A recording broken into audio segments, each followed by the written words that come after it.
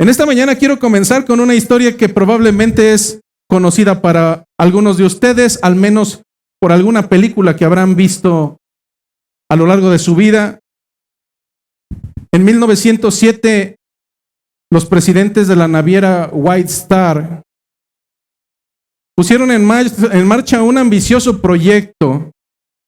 ¿Cuál era este ambicioso proyecto? Era construir al menos 3 transatlánticos que desde su perspectiva serían los más grandes, los más fuertes que se habían construido a lo largo de la historia, e incluso dentro de los comentarios que surgieron a lo largo del tiempo, se dice que alguno de ellos dijo: este barco no lo hunde ni Dios. Estos eran los barcos Olympic, el Titanic, y uno más al cual cambiaron su nombre como Britannic, siendo el segundo de ellos, el Titanic, el barco más grande, el más lujoso que se había construido durante todos los tiempos, pero también aquel que naufragaría apenas unas horas después de haber comenzado su viaje inaugural en la madrugada del 15 de abril de 1912. De acuerdo a los historiadores, específicamente la fuente que tomé fue el History National Geographic.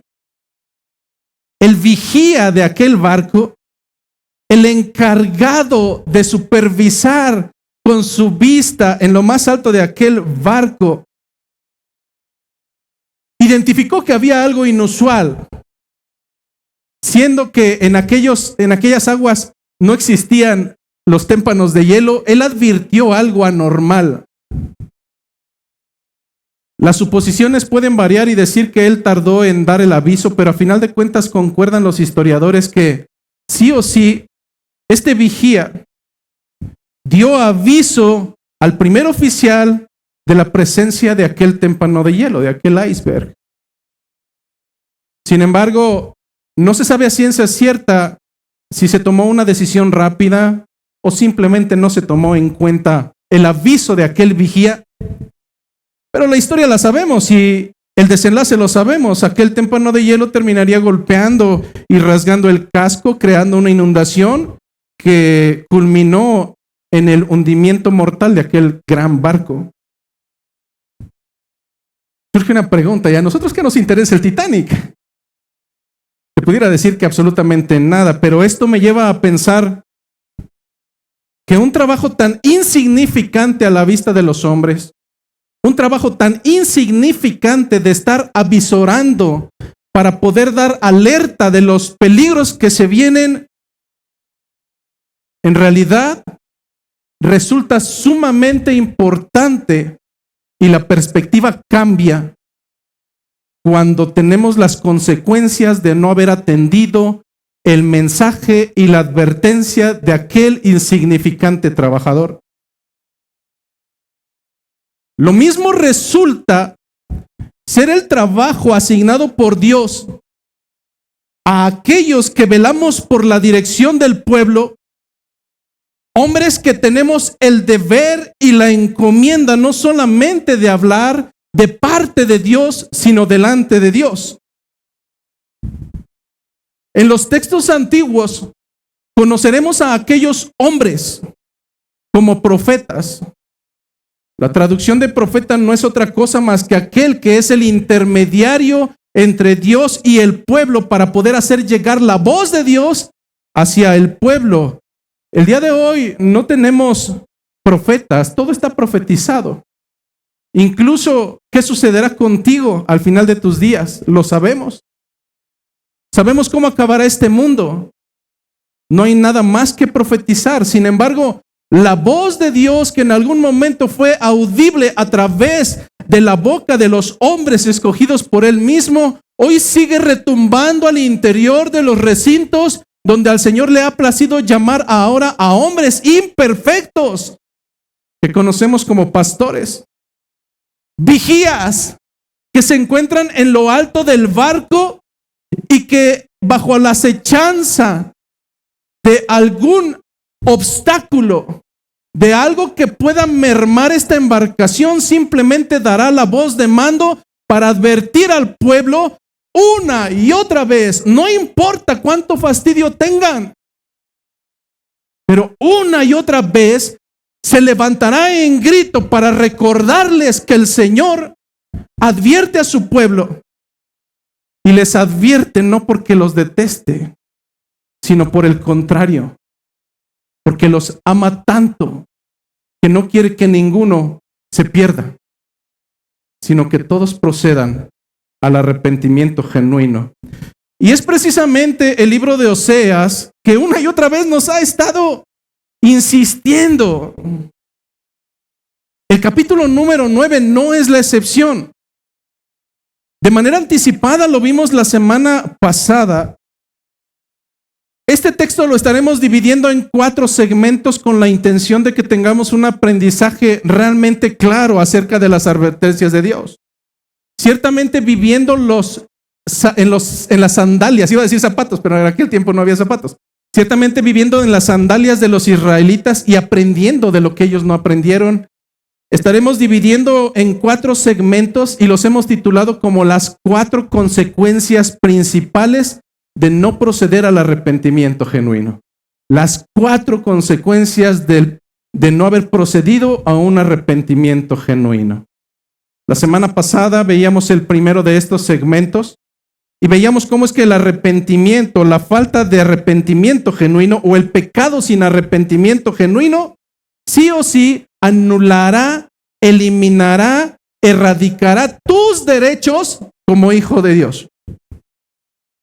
Un hijo de Dios que camina como cerdo no puede pretender retener y que no sean removidos sus ventajas y sus atributos. Lo que aprendimos la semana pasada es que sí o sí, un pecador que no tiene la menor intención de proceder al arrepentimiento genuino, tarde que temprano traerá una consecuencia gravosa, y es que Dios retirará, por cuanto Él es Dios.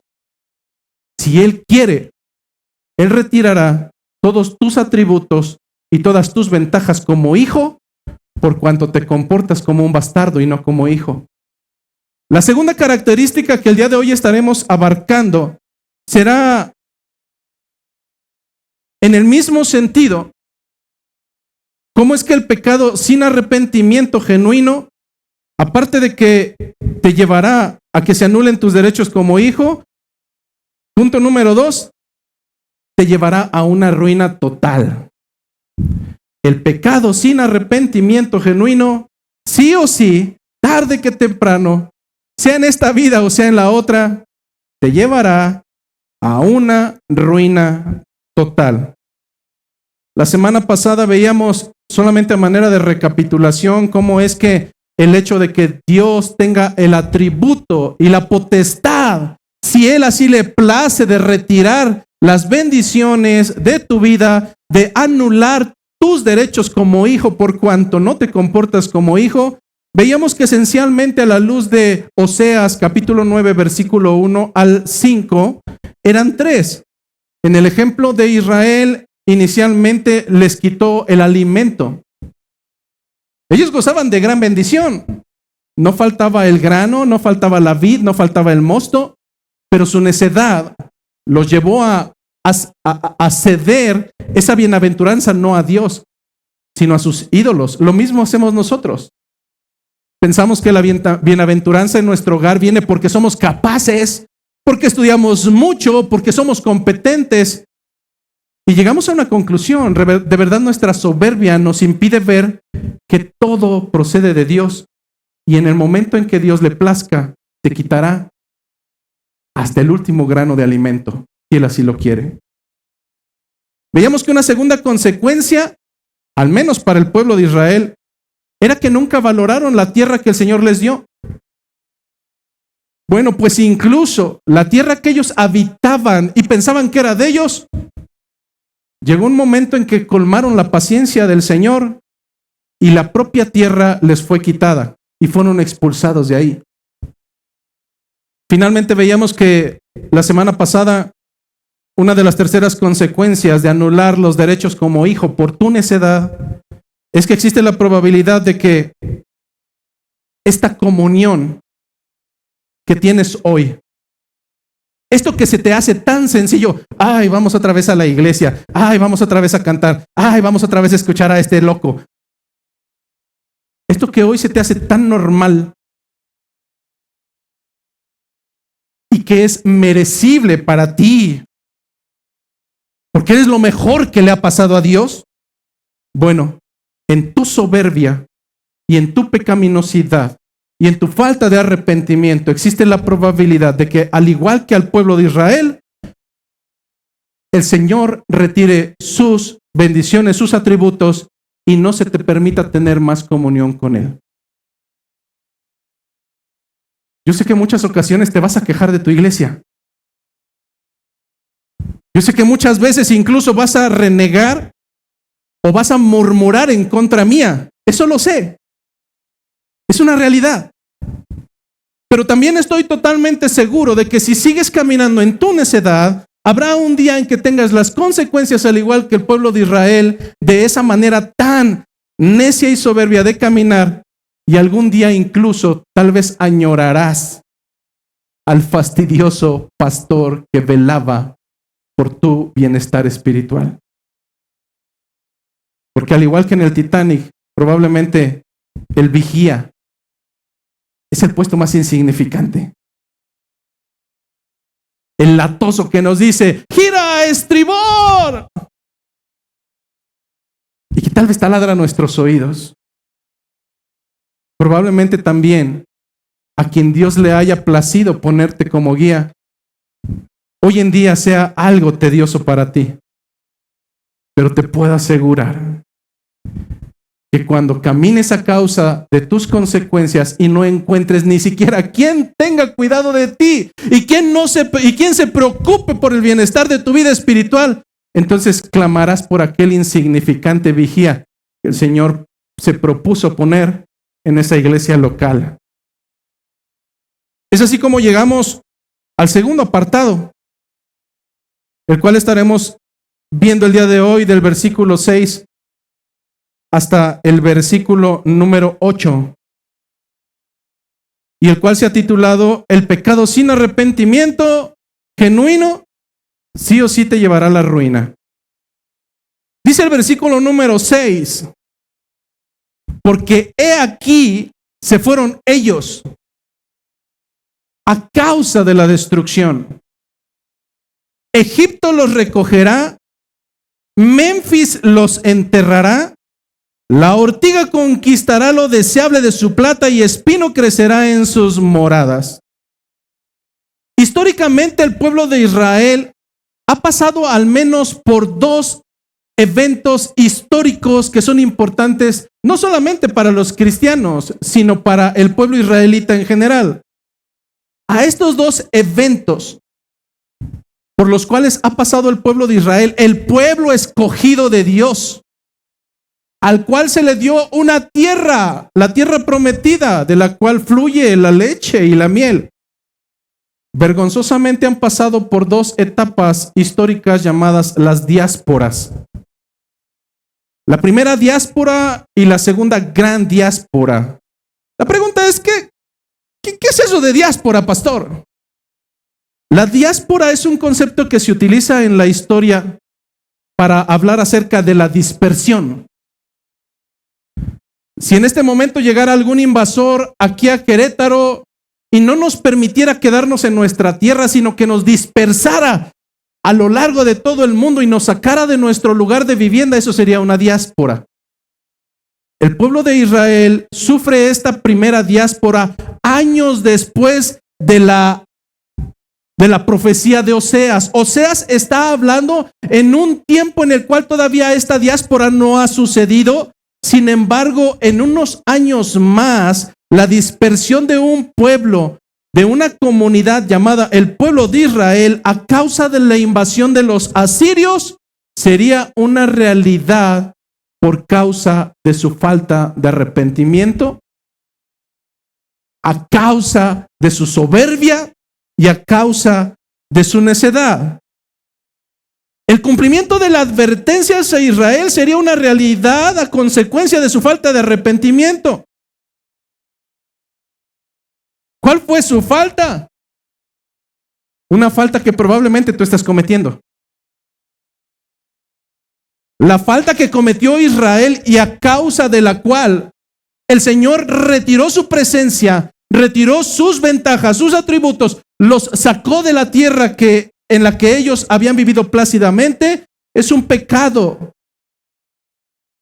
que seguramente algunos de los que están el día de hoy aquí lo cometen y lo ven como algo normal, y a esto se le llama adulterio espiritual. El pueblo de Dios no solamente fue adúltero, el pueblo de Dios sigue adulterando espiritualmente. Pastor, ¿cómo puede ser que yo pueda estar adulterando espiritualmente? Es bien sencillo. El adulterio en el matrimonio es tener intimidad con alguien que no es tu esposa o tu esposo. Al Señor le plació tener un pacto entre Él y su pueblo. Y la ordenanza fue: no te harás dioses ajenos delante de mí, ni te inclinarás a ellos, ni los adorarás. Ah, no, pastor, tenga cuidado, no tenga cuidado. Yo no tengo otros dioses, yo no tengo otras cosas a las cuales me arrodillo. Bueno, es que el mandamiento fue sumamente claro y se complementará más adelante en el Nuevo Testamento cuando le preguntan a Jesucristo: ¿cuál es el mandamiento más importante de la ley? Y el mandamiento no ha cambiado: amarás al Señor tu Dios con todo tu corazón, con todo tu corazón. El no amar al Señor con todo nuestro corazón se traduce en adulterio espiritual. Porque mi corazón no le pertenece a mi Señor, mi corazón le pertenece a cualquier otro transgresor. Soy como una prostituta.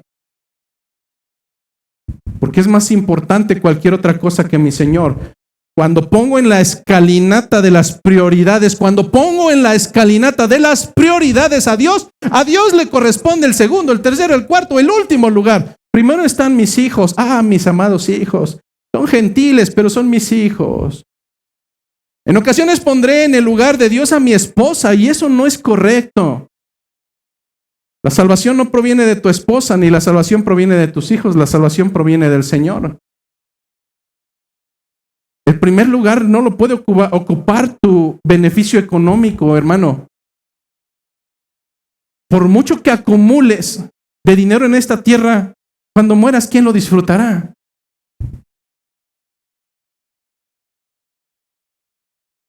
¿Te das cuenta cómo somos tan tontos en poner las prioridades?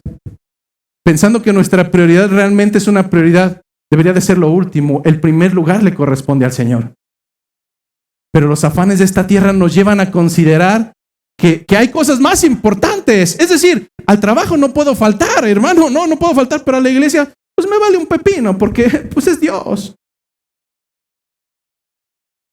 Dejar de hacer lo que me toca en mi trabajo, no si pasa mucho, pastor, porque si no me van a correr. Pero bueno, cuando se me asigna una actividad en la iglesia y no la hago, pues ¿qué me importa? Pues es la iglesia.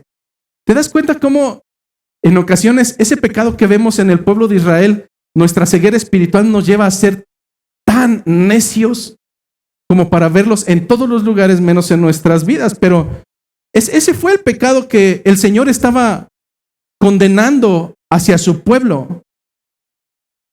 Pero en medio de esta llamada de atención, algo que yo puedo ver es la misericordia y el amor de Dios. La misericordia y el amor de Dios. ¿Qué pasaría con ese barco si no tuviese un vigía? Muy probablemente de todos modos hubiera encallado. Pero llevaba un vigía.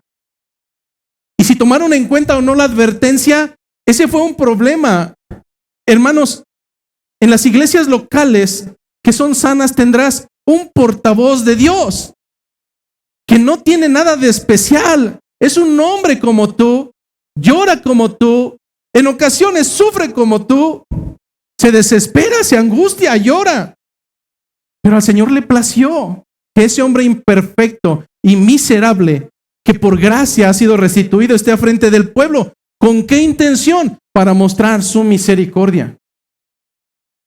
Pastor, pero pues usted nos atiza cada domingo y cada domingo salimos apaleados. Los que venimos de visita, cada vez que los visitamos, no falta que salgamos también todos mayugados. ¿En dónde está la misericordia de Dios? Bueno, si tú te comienzas a tomar un frasco de veneno y la gente a tu alrededor pasa y no te dice nada, te vas a morir.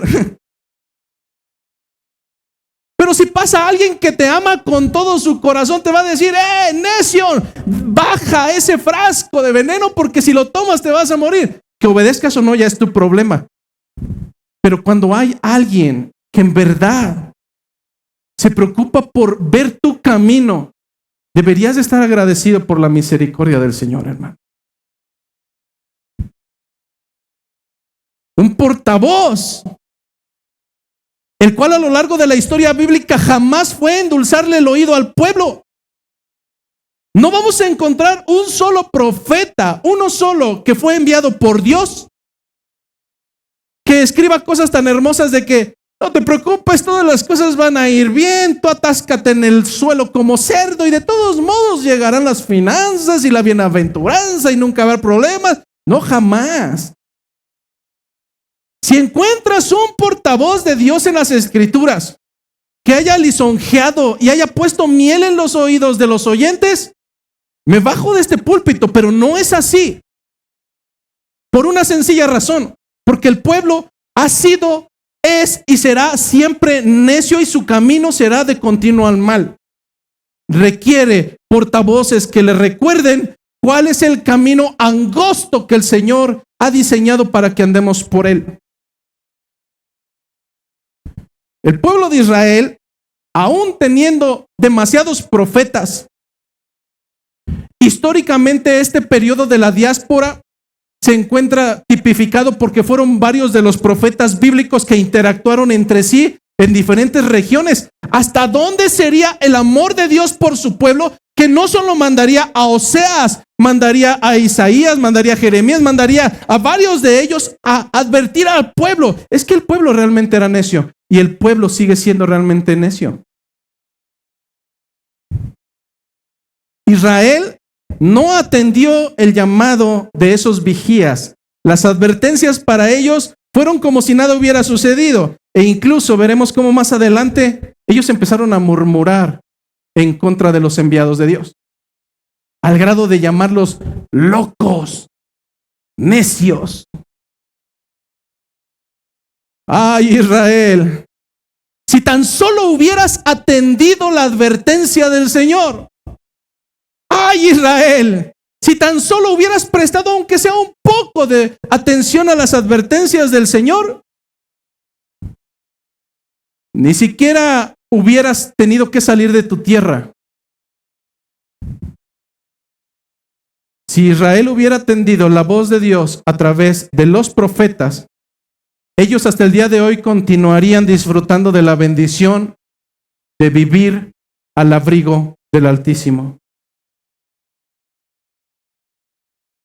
Efesios capítulo número 5, versículo 21, nos insta a someternos. Efesios capítulo 5, versículo 21 nos dice, someteos unos a otros en el temor de Dios. Y lo primero que escuchas cuando leemos este texto bíblico, someteos, y se empieza a escuchar en las bancas, ¿cómo que someterlos? Ya te dije que aquí son bien exagerados. ¿Qué les pasa? Eso de someterse, pues que se someta a él, a ver. Normal. La ordenanza del Señor, te guste o no, es someteos unos a otros en el temor de Dios. El mandato nunca fue haz lo que se te plazca o lo que se te hinchen los zapatos. Jamás fue ese. La ordenanza por parte de Dios, nos guste o no, fue sométanse los unos a los otros, pero no como en la esclavitud, hermano, sino en el temor de Dios. Cuando una mujer se somete a su esposo en el temor de Dios, el sometimiento será lo más hermoso que hay en la vida, porque tiene a un hombre que ama a Dios por todas las cosas y él cuidará por ella porque tiene temor del Señor. Preocúpate cuando tu sometimiento es con un gentil, y aún así el Señor nos insta a someternos los unos a los otros. Los hijos, preocúpense cuando el mandato sea someterse como se somete el mundo. Pero cuando el mandato es someternos unos a otros en el temor de Dios, las cosas cambian. Porque Dios no tiene pensamientos de mal, sino pensamientos de bien. Aun cuando nos hace pasar por la tormenta, sus pensamientos son de bien y no de mal. Aun cuando el Señor te pasa por el fuego y te machaca, es porque tu necedad tiene que ser tratada y sus fines aún son de bien y no de mal. Aun cuando el Señor se lleva a alguien que tanto amamos, sus propósitos serán siempre de bien y no de mal. Por tanto, el sometimiento unos a otros en el temor de Dios no solamente es un mandato del Señor, sino que al pensamiento de que su voluntad es buena, agradable y además perfecta, es lo mejor que puede hacer un creyente. Sin embargo, para un soberbio, para una soberbia, la sujeción no es una opción. Para un soberbio o para una soberbia, la sujeción no es una opción. El hombre pecaminoso en su naturaleza tiene una aversión, un alejamiento, una falta de respeto a las autoridades. En su deseo de libertad, lo único que obtendrá un necio será el libertinaje. Pongamos 4 ejemplos. El primero de ellos, una mujer que no se sujeta a su marido y que no tiene la más mínima intención de sujetarse a su marido. ¿Por qué, pastor? Pues él es un incompetente, no ve que es un bueno para nada. Es que al Señor le plació ponerlo a él por autoridad y no a ti. ¿Qué es lo que hará esta mujer cuando no está dispuesta a una sujeción a su marido? Solamente hay 2 caminos. O se separa o se divorcia. ¿Por qué? ¿Por qué yo le voy a andar rindiendo cuentas a este que no merece que yo me sujete a él? Segundo ejemplo, cuando un hijo no se sujeta o no quiere sujetarse a sus padres, tendrá el mismo fin.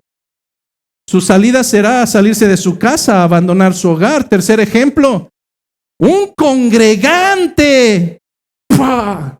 Un congregante que no tiene la mínima intención de sujetarse al pastorado de la iglesia local, tarde que temprano tendrá que largarse de la iglesia local. O se va o lo vamos. Es que, hermano, el Señor me ha llamado para pastorear ovejas. Las cabras necias no. José Luis pastorea a quien quiere ser pastoreado. A quien no quiera ser pastoreado, que lo pastoree Satanás. Es por eso que la sujeción es algo importante aún en la iglesia, no solo en el hogar. Finalmente, 4 ejemplo, un creyente, porque ahora está tan de moda esa tontería de, yo no le rindo cuentas a una iglesia, yo le rindo cuentas a Dios. Eso es lo más antibíblico que puedas encontrar. Es lo más antibíblico. Dime un solo hermano del Nuevo Testamento que no perteneciera a una iglesia local y me callo y me voy. No lo hay. Pero tenemos creyentes que llegan a un punto de decir, no, yo no me sujeto a esta iglesia. Es más, yo ni siquiera me sujeto a Dios. Pues tarde que temprano se entregará al mundo. Y en el mundo tendrá sus consecuencias.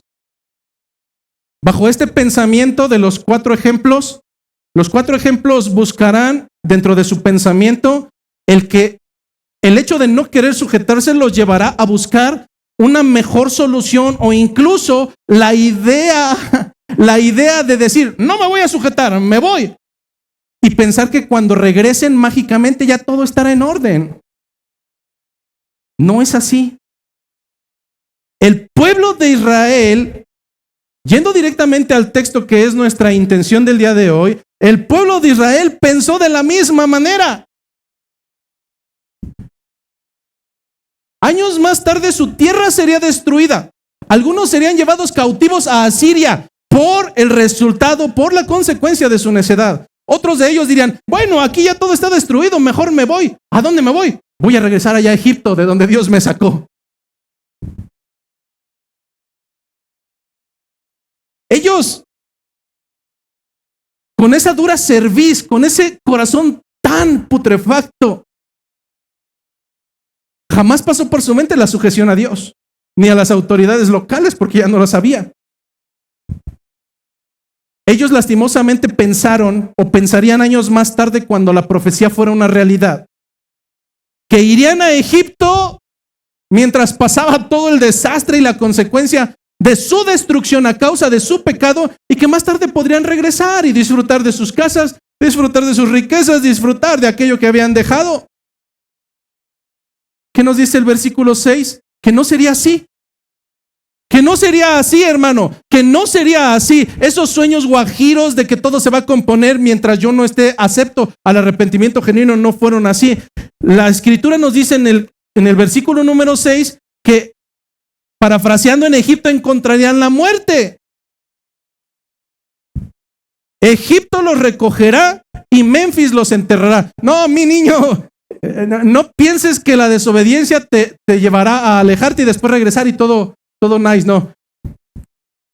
Los que presuntuosamente piensan escapar del juicio de Dios tienen altas probabilidades, al igual que el pueblo de Israel, de encontrar la muerte donde esperaban salvar la vida.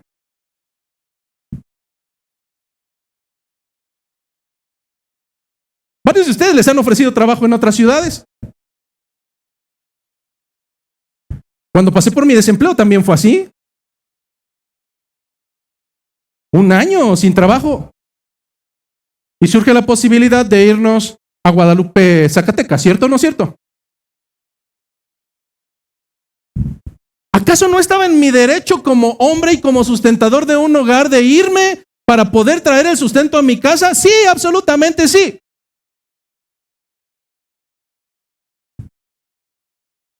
La pregunta es, ¿y qué con la iglesia de Cristo?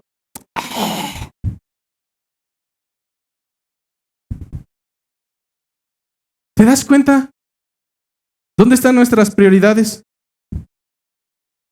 Es que al igual que Israel pensamos, no importa, pues me cambio de trabajo, me cambio de ciudad y allá busco otra iglesia, debe de haber. Adelante, israelita. Adelante, vaya y haga lo mismo que el pueblo de Israel. Tu necedad, tarde que temprano, traerá las consecuencias. Regresar a Egipto, salir del lugar que el Señor te había encomendado, regresar a Egipto, lo vuelvo a repetir de acuerdo al texto que estamos leyendo, sí o sí traerá la posibilidad de que solamente encuentres muerte donde esperabas salvar la vida. El pueblo de Israel, en medio de la destrucción, dejarían atrás sus hogares, dejarían atrás sus tesoros, dejarían atrás lo más preciado para cada uno de ellos. Está claro que la palabra dice que no regresarían más, al menos no esa generación. Pero supongamos que si alguno de ellos pudiese regresar después de la diáspora, después de la esclavitud, después de regresar a Egipto, y supongamos que se libró de no morir ni de ser enterrado en Memphis, supongamos que regresa después de la aflicción, ¿acaso encontraría todo tal cual como lo dejó? ¿Acaso regresaría plácidamente y todos, ay, qué bueno que llegaste, te estábamos apartando tu lugar y mira, nadie se ha sentado aquí, todo está bien correcto? No, absolutamente no. No sucede así. No sucede así. En lugar de esto, el pueblo de Israel regresaría décadas más tarde y en su lugar solo encontraría destrucción, soledad, una tierra infértil y desolada. ¿A qué grado? El mismo versículo 6 nos da entendimiento que al grado de que la ortiga, ¿qué es la ortiga? Es una planta que fácilmente surge y no la paras y empieza a cubrir todo. Para aquellos que han visto testimoniales de ciudades que fueron abandonadas y a los pocos años están cubiertas de ramas y de plantas. Deje un lugar que limpió, que es baldío, descuídelo 2 semanas y verá que regresa y hay un mugrero. Lo que está diciendo a través de la profecía de Oseas es que si alguno pretendía regresar después de las consecuencias de su pecado, lo único que encontraría en el lugar donde dejó riquezas y donde dejó sus bienes sería un terreno cubierto totalmente de ortiga. y donde antes estaba su morada, el lugar que habitaba, el lugar que era preciado, donde la pasaba tan bien con los suyos, ahora a causa de su pecado, a causa de su necedad, ahora estaría cubierto de espinos.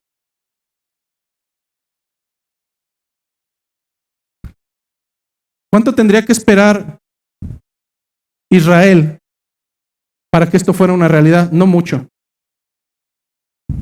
De la profecía de Oseas, que se estipula que fue en el año 722, 733 antes de Cristo aproximadamente, no faltaría mucho.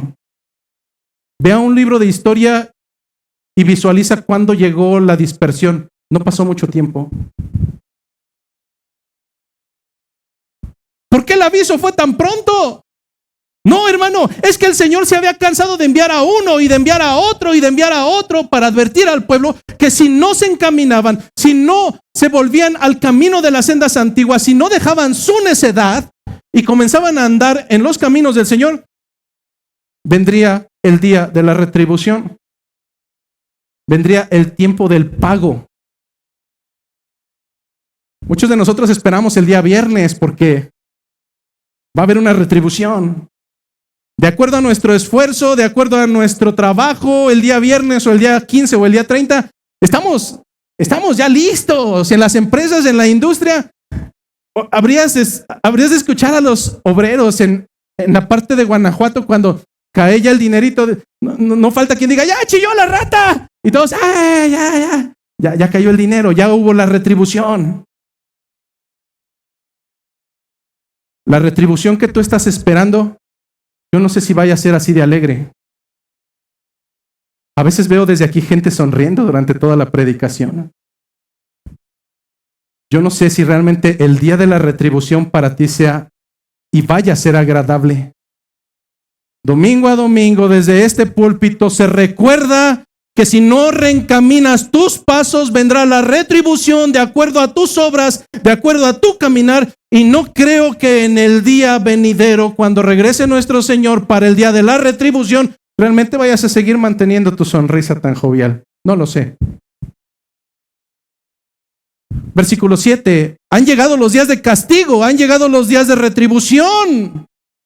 Que lo sepa Israel, fue el anuncio de Oseas. Es tan grande tu maldad y tan intensa tu hostilidad que el profeta se le tiene por necio y al hombre inspirado por loco. Dice el versículo número 7. Me pongo en el lugar de Oseas y seguramente está repitiendo algo de lo que había escuchado. Hay una alta probabilidad que cuando Oseas emitía el juicio al pueblo, entre el pueblo hubiera algunos que se fueran allá al rinconcito y, ay sí, esa predicación, viejo loco, viejo necio, ¿quién se cree? Es probable, ¿no? Aquí no sucede, pero es probable que en algún momento, sin quererlo, el pueblo cuando murmuraba y tachaba de necio y de loco a Oseas a causa de su pecado y a causa de su maldad, que es lo único que habitaba en sus corazones, hay una alta probabilidad que Oseas fuera pasando por el camino y sin darse cuenta les pasara como en esa serie de Televisa, El Chavo del Ocho, de el profesor Girafales y el profesor Girafales atrás. Hay probabilidades.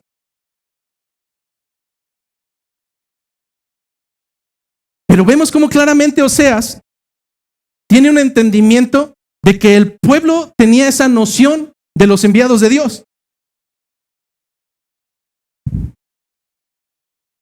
Que al anunciar el juicio de parte de Dios, seguramente en más de una ocasión, algunos le hayan llamado necio, otras más los hubieran tachado de locos. Solamente hay dos profetas, dos tipos de profetas, y solamente hay dos tipos de maestros. Están los profetas que son los que no fueron enviados por Dios y están los profetas que fueron enviados por Dios. Están los maestros que en la actualidad o los pastores que han sido enviados por Dios y están también los falsos maestros. Escrito está. Vuelvo a repetir. Los verdaderos profetas bíblicos encontraremos que a lo largo de las escrituras lo único que anuncian son advertencias, juicios, pecado, arrepentimiento. Y el trabajo no ha cambiado. Pero por otro lado también tenemos en las escrituras, en 23, velo buscando, otro tipo de profetas, otro tipo de gente que hablaba de parte de Dios, según ellos. Este tipo de profetas y segundos profetas que son incorrectos y que Dios nunca los envió, son profetas que hablan de bienaventuranza, que hablaron de prosperidad, que hablaron de libertad, que hablaron de salud, que hablaban lo que el pueblo quería escuchar. Te puedo asegurar que alguno o más de alguno aquí está ansioso de que llegue un mensaje de esos de todo va a salir bien, la prosperidad y la abundancia y venir a Cristo te va a ir las cosas bien. No, pues, creo que te vas a quedar esperando y mejor vete a otra iglesia porque no va a suceder.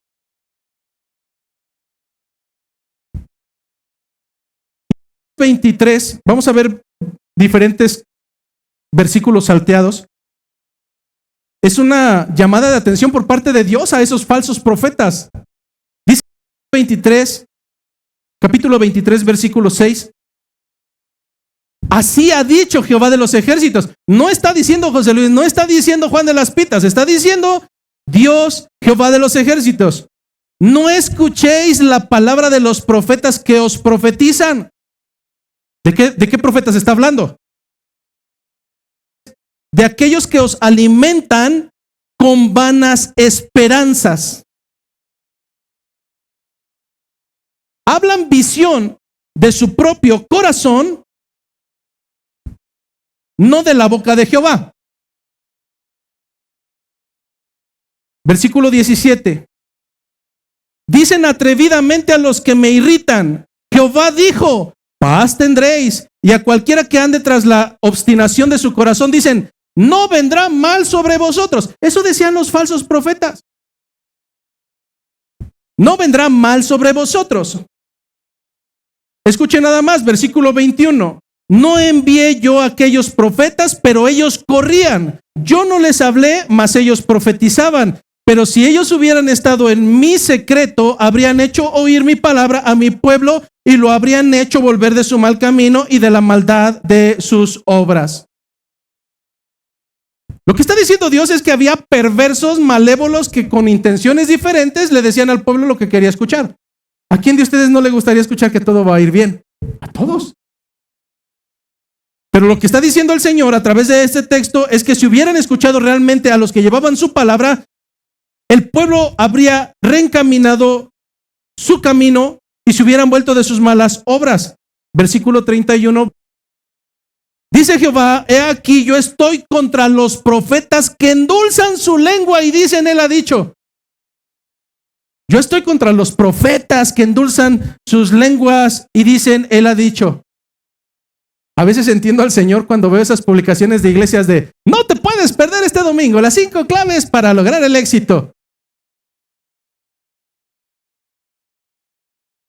Aquí dice Jehová, yo estoy contra los que profetizan sueños mentirosos y los cuentan y hacen errar a mi pueblo con sus mentiras y con sus lisonjas. ¿Qué es una lisonja? Si lo podemos traducir a nuestro tiempo, aquellos que los barbean, aquellos que les dicen lo que quieren oír, que los exaltan. Y yo no los envié, ni les mandé, y ningún provecho hicieron a este pueblo, dice Jehová. Es que es bien hermoso, de verdad, que te llenen el oído es muy hermoso. ¿De qué te va a servir? De nada. ¿Sí va a haber prosperidad? Sí, claro. ¿Para quien te da la profecía? Sí, claro. El escenario no ha cambiado. La pregunta es, ¿por qué Dios permite falsos maestros? ¿Por qué permitió falsos profetas? La respuesta no la da el mismo texto base, versículo 7. Por causa de su gran maldad y su intensa hostilidad. Por causa de su gran maldad y su intensa hostilidad. A causa de la maldad del hombre y a causa de su intensa hostilidad, sí, claro, los hombres que predican la sana doctrina serán tachados de necios, serán tachados de locos. Pero también a causa de la maldad del hombre y de su intensa hostilidad, los falsos maestros, los que predican prosperidad, los que son llamados los siervos de Dios, los que son llamados los ungidos,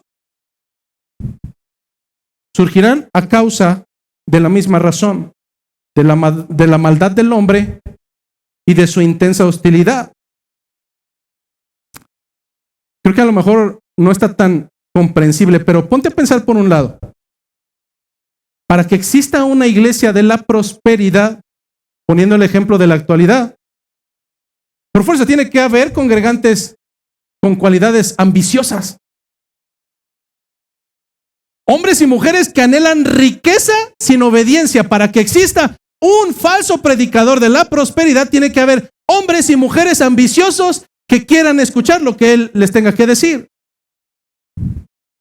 Para que existan iglesias milagreras, pase al frente y todos sus dolores se irán, pare de sufrir. Para que existan iglesias milagreras, por fuerza tiene que haber hombres y mujeres perversos, congregantes que quieran sanidad sin necesidad de tener santidad. Para que existan iglesias heréticas, sí o sí tiene que haber cabras que no quieran rendir cuentas y que los dejen hacer lo que quieran hacer. ¿Te das cuenta que las iglesias estarán conformadas de acuerdo a lo que anhelan los integrantes? Por un lado, Israel rechazó al mensajero de Dios y esto lo hizo caer en la trampa. Hermano, la consecuencia del pecado, la consecuencia de dejar de escuchar a los mensajeros de Dios, siempre traerá destrucción para tu vida. No puede haber un resultado diferente. No puede haber un resultado diferente. Debido a que Israel se negó a oír la verdad profética de los enviados de Dios que condenaban su pecado, no escucharon jamás las advertencias de Dios acerca de lo que vendría, acaso de lo que iba a suceder. Hermano, y es que es natural, todos escuchamos y leemos selectivamente. Si le preguntas al final del culto a alguno de los que está perdiendo el tiempo y se está durmiendo, oye, ¿qué recuerdas de la predicación? Oh, sí, que Dios es amor. Porque escucha de acuerdo a la necedad de su corazón, selectivamente lo que quiere escuchar. Un verdadero hijo de Dios tiene que aceptar lo que de la palabra de Dios mana. Pero usualmente tendemos a aceptar lo que apoya nuestro estilo de vida, lo que queremos. Y tendemos a rechazar todo aquello que nos incite a cambiar nuestras prioridades. El versículo 8 concluye diciendo: el profeta junto con mi Dios es el centinela de Efraín. El profeta, hablando de el profeta de aquel entonces, dice: junto con mi Dios es el centinela de Efraín, pero enfrenta trampas en todos sus caminos y hostilidad en la casa de su Dios. Tarde que temprano, cuando llegó el día de la retribución, cuando Israel, después de tanto oír y tachó de necio y de loco al profeta, cuando llegó el día de la retribución, ese profeta dejó de ser necio y ese profeta dejó de ser loco.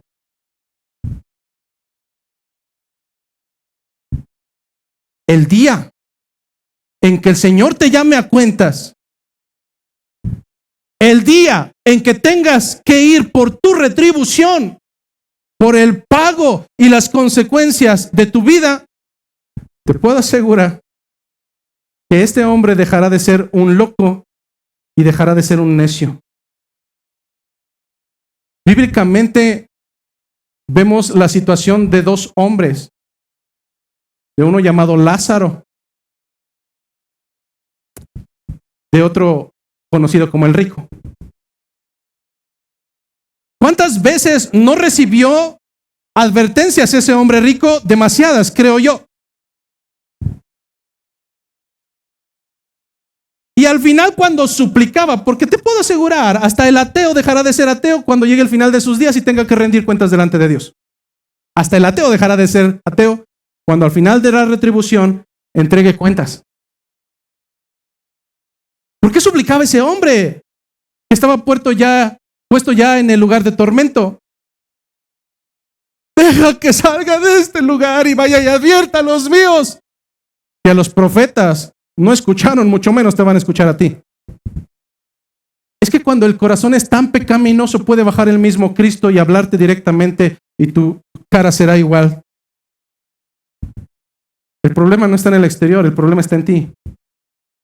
El problema no está en lo circundante, el problema está en tu corazón. El profeta entonces no era un necio, el profeta no era un loco. El que habla por medio de Dios para traer la advertencia no es un loco, no es un necio, sino un centinela que vela por el pueblo de la mano del mismo Dios. ¿Qué es un centinela?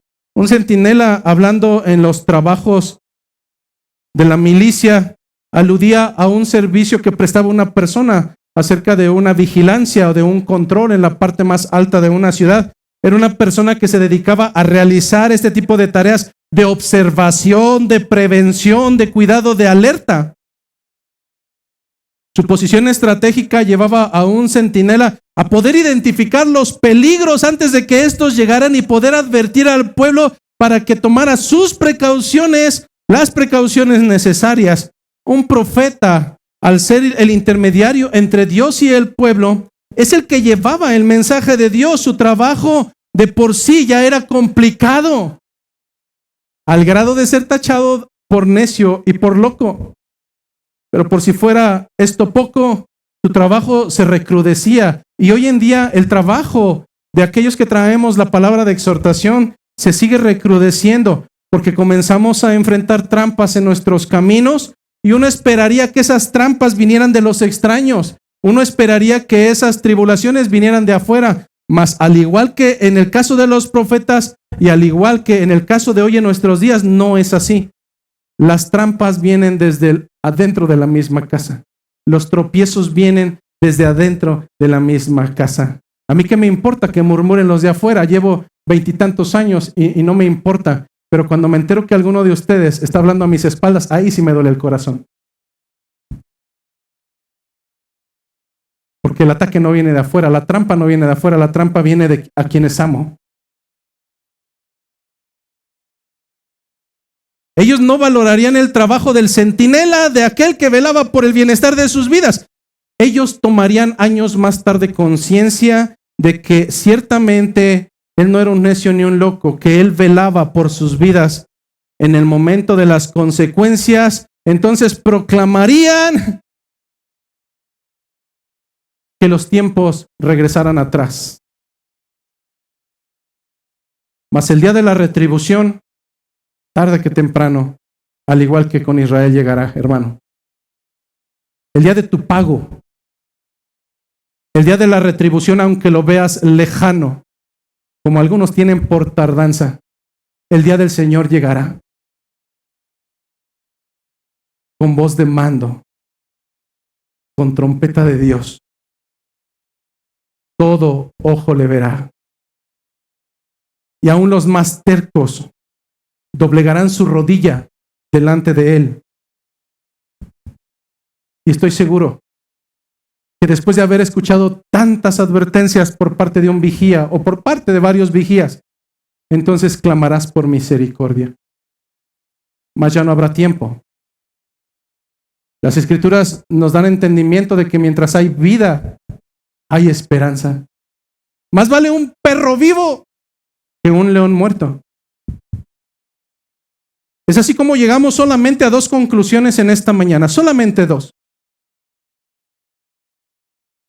La primera conclusión de esta mañana es que la sujeción bíblica nunca será gravosa, hermano, jamás será gravosa. En una iglesia bíblica, la sujeción bíblica nunca será gravosa cuando cada uno de ustedes comprenda que esto se hace en el temor de Dios y se hace por amor. Si el pueblo de Israel catalogaba de necio y de loco al enviado de Dios, hermano, tú no hagas lo mismo. El libro de Mateo, capítulo 18, versículo 15 en adelante, nos da entendimiento de cómo se tienen que resolver las cosas. Si eres de los que habla tras las paredes y tras las espaldas, yo te invito a que leas el libro de Mateo 18. Si tienes algo contra alguien en esta iglesia, no seas cobarde. Ve con él y arréglalo, tú y él solos. La enseñanza nos dice que si te escucha, habrás ganado a tu hermano, y si no, entonces toma a 2 o 3 testigos para que en boca de 3 o 4 conste toda palabra. Si los escucha, habrán ganado a su hermano, y si no, entonces dilo a la iglesia. Y si no escucha a la iglesia, entonces tendremos que sacarlo de aquí y tenerlo como gentil y por publicano. Hermano, pero creo que algo debes de aprender del pueblo de Israel, y es que en su necedad y en su duro corazón, el haber murmurado de aquellos que le traían consejo no fue benéfico para su vida espiritual. No cometas tú el mismo error. Hebreos 13:17 nos dice: obedeced a vuestros pastores, sujetaos a vuestros pastores, obedeced a vuestros pastores y sujetaos a ellos, porque ellos velan por vuestras almas. Hermano, mi trabajo no es fastidiarte. Mi trabajo es velar por tu alma. Obedeced a vuestros pastores y sujetaos a ellos porque ellos velan por vuestras almas, como quienes han de dar cuenta, para que lo hagan con alegría y no quejándose, porque esto no es provechoso. Algo aprendimos mi esposa y yo en los últimos años en nuestra iglesia anterior, y fue que era mejor salir de ella a seguir murmurando, porque la murmuración es pecado, y la murmuración ha llevado a la división de las iglesias. El hablar de alguien que no está presente es pecado, y es condenado por el Señor, y es condenado por esta iglesia. Consecuencia número 2. Todos sabemos a la luz de Isaías 17:9 que engañoso es el corazón más que todas las cosas. En el mundo te dicen: sigue los impulsos de tu corazón. Dijo Barbie: tú puedes ser quien tú quieras ser. No, eso no es bíblico. Engañoso es el corazón más que todas las cosas, al grado de hacer pensar al pecador que es mejor regresar a Egipto, no sujetarse por un tiempo, y es mejor que proceder al arrepentimiento genuino. Eso piensa un pecador necio. Es mejor regresar a Egipto mientras las cosas se tranquilizan. Es mejor que pedir perdón y arrepentirme genuinamente. Como segunda conclusión te digo que si ese es tu pensamiento, estás totalmente que rebotas de equivocado. Al oír de tus responsabilidades como creyente bíblico, solo puedes tener 2 finales probables y seguros, al igual que Israel. 1, o mueres y eres enterrado en Egipto, a donde te fuiste y de donde pretendías venir. O 2, regresando por misericordia, encuentras que aquello que amabas ha sido destruido a causa de tu necedad y a causa de tu soberbia. Así es que en esta mañana, primero me dirijo a los que se supone que son creyentes. Si de verdad el Señor hoy ha hablado a tu corazón y a tu vida, y te ha hecho ver que estás caminando en necedad, en pecado, bajo la intención de no tener sujeción, creo que hoy es un buen día para que clames por misericordia. Recordándote que Dios jamás rechazará a un corazón contrito y humillado delante de su presencia. Pero si hoy nos visitas por alguna cuestión, si hoy por misericordia de Dios estás aquí y aún no has conocido en tu vida de una manera palpable a este que predicamos, a Cristo, Jesucristo nuestro Señor, hoy quiero decirte que no hay falta tan grande ni tan escandalosa que Él no pueda perdonar. Porque Él no quiere que te pierdas. Él no quiere que en el día de retribución seas como esos niños llorones que clamen por misericordia cuando tuvieron la palabra de misericordia, no la quisieron escuchar. Dice Isaías 1:18: venid luego, dice Jehová, y estemos a cuentas. Si vuestros pecados fueren como la grana, como la nieve serán emblanquecidos. Si fueren rojos como el carmesí, vendrán a ser como blanca lana. Hoy es un buen día para clamar por misericordia, para clamar por perdón, para reencaminar nuestros pasos. Clama a Cristo. Clama a Cristo. Que si Él dio su vida por tus faltas, Él no cerrará su oído a tu clamor. Que la gracia, que la paz, que la misericordia de nuestro Señor esté con cada uno de nosotros.